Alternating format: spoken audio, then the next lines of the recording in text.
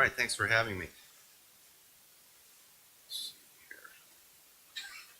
All right, I thought we'd start out by first covering a few things that I think are important and will apply to the whole session.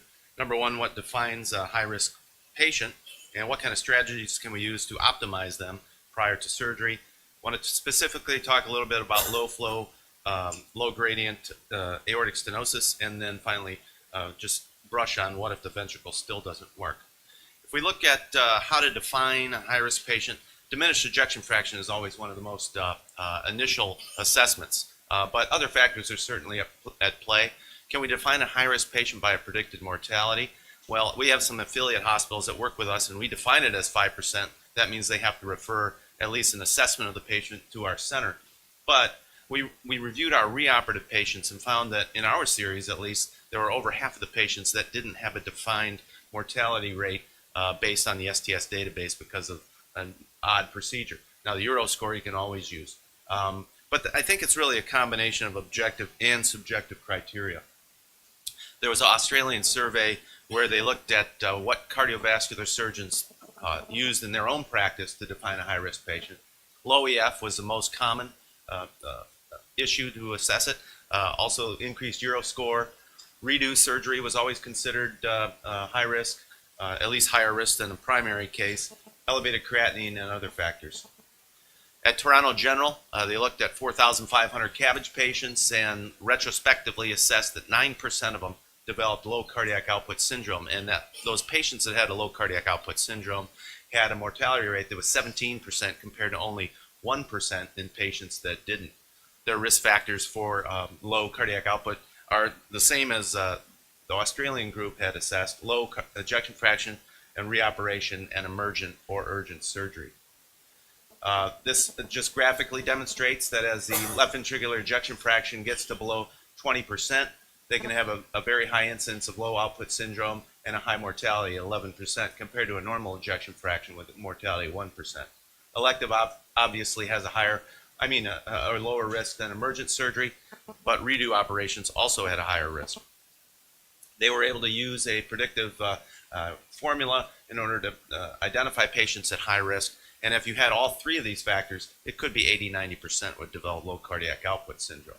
So this could help us identify patients that are at high risk and may need a different approach perioperatively. The STS database was examined as well to look at the impact of ejection fraction on outcomes, and you can see a dramatic difference between patients with a normal ejection fraction who had a death rate of 1.5 versus those with an ejection fraction less than 25%, which had a death rate that was almost 5 times as high at 7.2.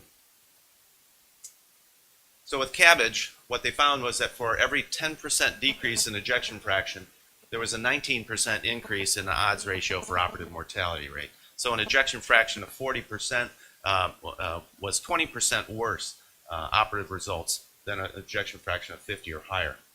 With isolated valve procedures, there was the same relationship between decrease in ejection fraction and mortality, and with combined procedures, it could even be more significant. Looking at long-term survival also, 2,000 patients that underwent CABG, there was also not only an impact on operative mortality, but late death as well at 1 year.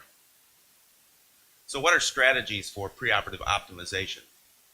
Number one, we have to ask a couple of questions. Has the patient been adequately risk stratified?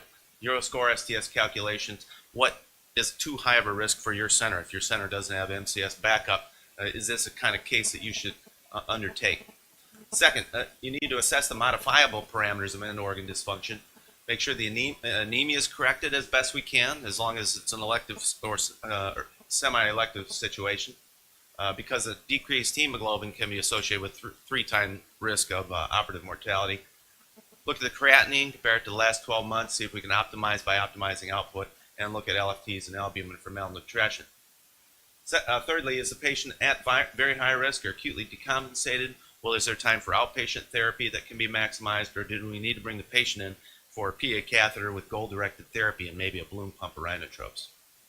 Looking at prophylactic intra-aortic balloon pump, there was a nice study of 5 randomized controlled trials. 255 high-risk patients were randomized to balloon pump or no balloon pump preoperatively. These were all high-risk patients. They assessed the operative mortality and incidence of low cardiac output syndrome, moderate to severe aortic regurgitation, and peripheral vascular disease.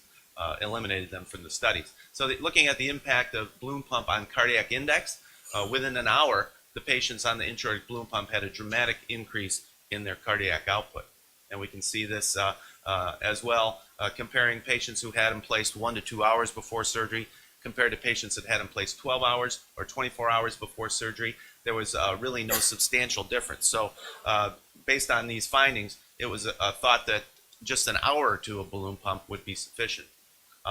And the patients who had a preoperative intra-aortic balloon pump did substantially better than those that had it placed intraoperatively or postoperatively for low cardiac output syndrome.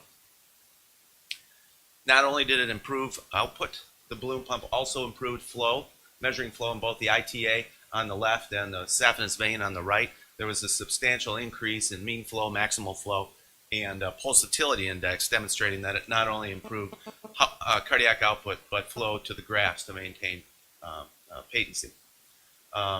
Looking at impact in off-pump CABG surgery, actually, the El Khoury's group from Brussels looked at placing intra-aortic balloon pumps preoperatively in patients with diminished left ventricular ejection fraction, or they thought might have high risk, and they were able to decrease the mortality by 67%.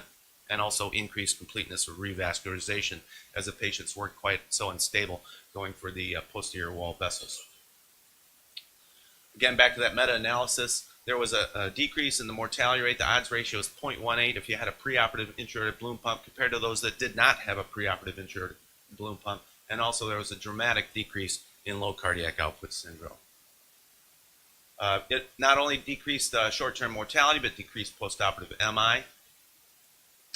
And looking at the Blackpool balloon pump score, using this score on the left, you can identify a great majority of patients who are going to need a balloon pump postoperatively, and this can also be put into your equation preoperatively to see who you may want to put in a balloon pump prophylactically. Looking at meta-analysis of 2,000 high-risk patients, not only did the balloon pump increase cardiac output, but it also decreased the incidence of acute kidney injury, and also decrease the need for renal replacement therapy, almost eliminating it, decreasing it by 82%. So how does a balloon pump work? It increases myocardial perfusion during diastole, decreases myocardial oxygen consumption, increases cardiac output, and decreases systemic vasoconstriction. This is also demonstrates that balloon pumps after myocardial infarction also improved outcomes. Let's look at some inotropes. Levo, which we don't have in the United States yet, but we're doing some trials, FDA trials, and we just completed one where the data is being analyzed. But Levo is a calcium sensitizer with inotropic and vasodilatory effects. It was a randomized controlled trial looking at patients with ejection fractions less than 25%, so pretty high-risk patients. And the Levo group was compared to placebo. They found that almost instantly you could tell which patients were on Levo because their cardiac output increased dramatically. Also, their pulmonary artery pressures fell dramatically and stayed that way throughout the early postoperative course. Comparing the outcomes, mortality risk was a quarter in patients who were on Levo versus those that were not, and low cardiac output syndrome was cut in a third.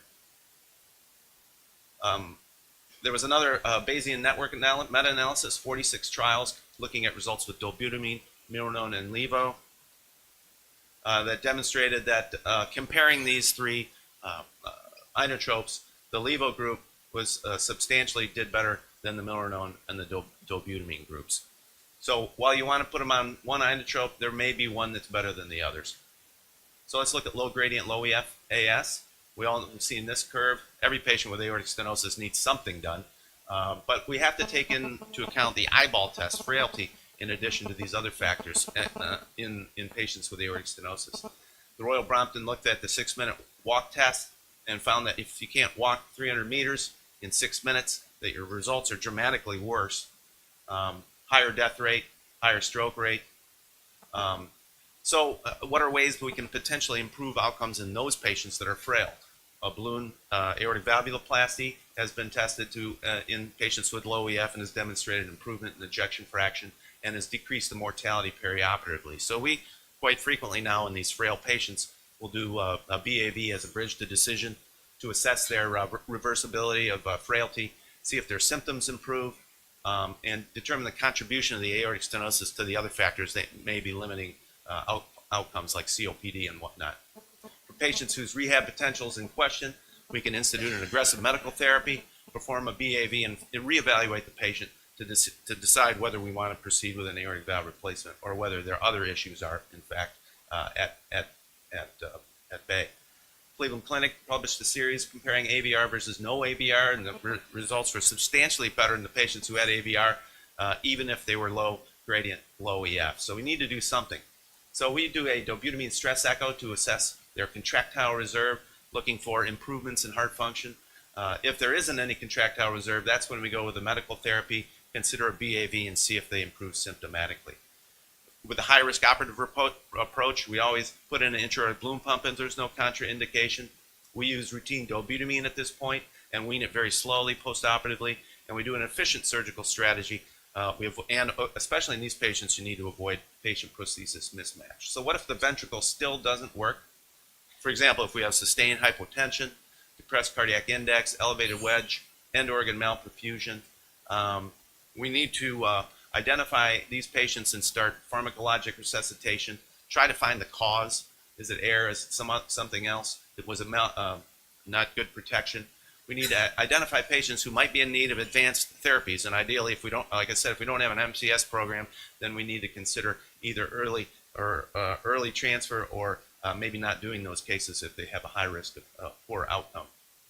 Impella, tandem heart, I'm sure we're going to hear about all this coming up in the next couple of talks. And we have favored ECMO in the patient who we can't get off pump initially as our first line of attack. We found with an early aggressive approach, we can save about 40% of these patients with an early ECMO. So we talked about what defines a high-risk patient. I think we all have our own impressions, but certainly ejection fraction, reoperation, strategies for pre-op optimization. We're very pro balloon pump and very pro inotropes, and hopefully we'll be able to use levo soon. Low gradient, low EF takes a special evaluation to make sure that the patient's going to improve, and also I think we're going to hear in the next few talks what to do next. So thank you for your attention.